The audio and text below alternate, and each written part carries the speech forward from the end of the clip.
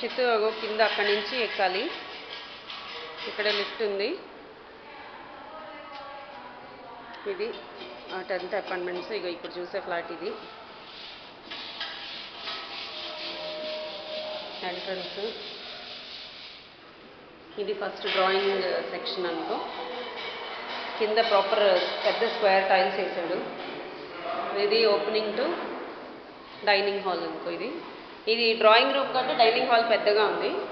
So కంఫర్టబుల్గా నువ్వు ఒక చిన్న సోఫా ఇక్కడ వేసుకోవచ్చు. ఈ కార్నర్లో చిన్న సోఫా ఏదైనా వేసుకోవచ్చు. కావాలనుకుంటే అక్కడ డైనింగ్ టేబుల్ పెట్టుకోవచ్చు.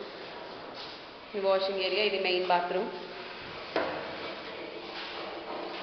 ఇది కామన్ది. అండ్ అది ఒక bedroom. I think master bedroom ఇది. ఎందుకంటే దీనికి ఇది ఇచ్చారు.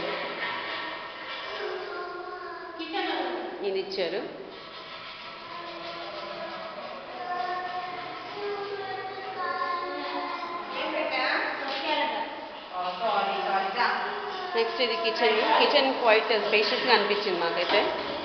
ఉండేది ఇందులో ఇప్పటివరకు చూసిన ఫ్లాట్స్లో అయితే. ఇగో ఇది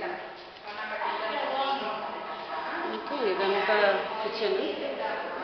క్వైట్ డైరీగా కూడా ఉంది. ఎందుకంటే ఇగో ఇది విండో మంచిగా పెద్దది ఒకటి ఇచ్చాడు. ప్లస్ ఇగో ఇవన్నీ గూళ్ళు కిచెన్కి. అండ్ ఇది బయటికి. ఇదంతా వాషింగ్ ఏరియా. ఇది చుట్టూ సరౌండింగ్స్.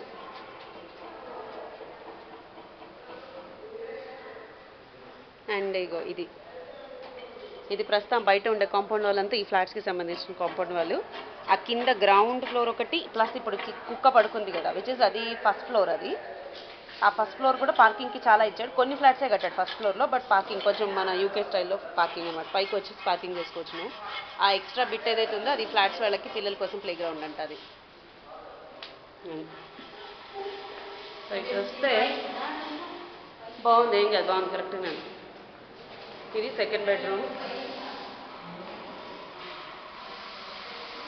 నాట్ బ్యాడ్ యాక్చువల్లీ చెప్పాలంటే. బాగానే ఉంది, మంచిగానే అనిపించింది. ఇది ఇంకో window. I don't know where these things are getting open. ఇది ఎటు ఓపెన్ అవుతుంది అని తెలియట్లేదా? ఓకే. ఈ విండోస్ కొంచెం ఆలోచించాల్సిన విషయమే.